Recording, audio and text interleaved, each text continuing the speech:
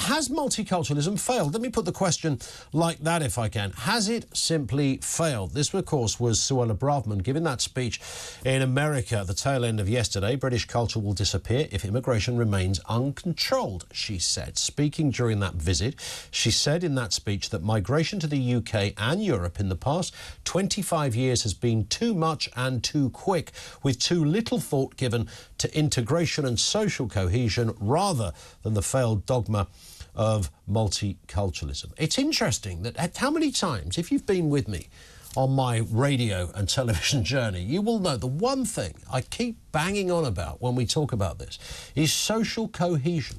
I don't think I've ever really heard a politician utter the... I thought I was alone in... I thought I began to make this stuff up.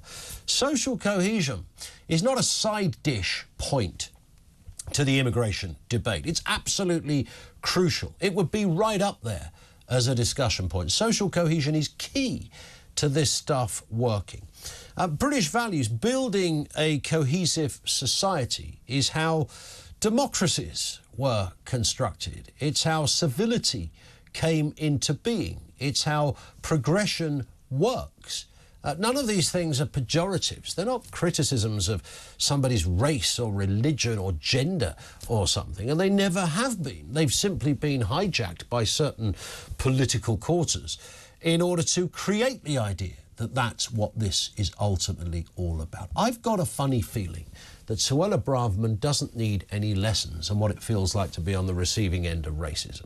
I think she's alluded to as much. I know Priti Patel, when she was Home Secretary, gave a very powerful and for some uncomfortable speech in the House of Commons when she talked about what it was like growing up as somebody from an ethnic minority group.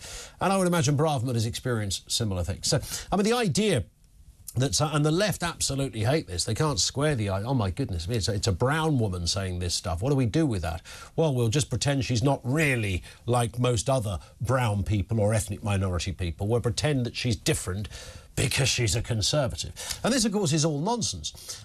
It doesn't give her a free rein on everything because she's from a different background to most of her predecessors. But it does give her a bit of an insight, and I think it would be reasonable to say, and yes, you can be non-white and racist, but I think it would be reasonable to say that that would be the last thing she'd be thinking when it comes to making an intelligent speech on immigration. Now, I've not really been much of a champion of Braverman. I don't think she's particularly good as Home Secretary, and after all, she is the person currently in charge of our borders and immigration policy.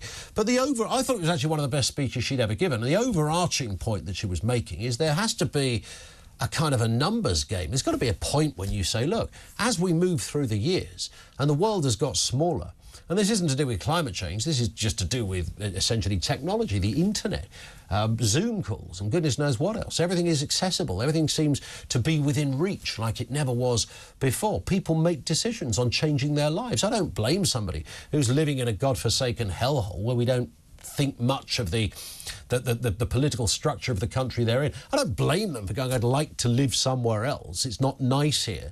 But that in itself is not a reason to have asylum status granted, for goodness sake. So the multiculturalism question, has it failed? 0344 499 1000.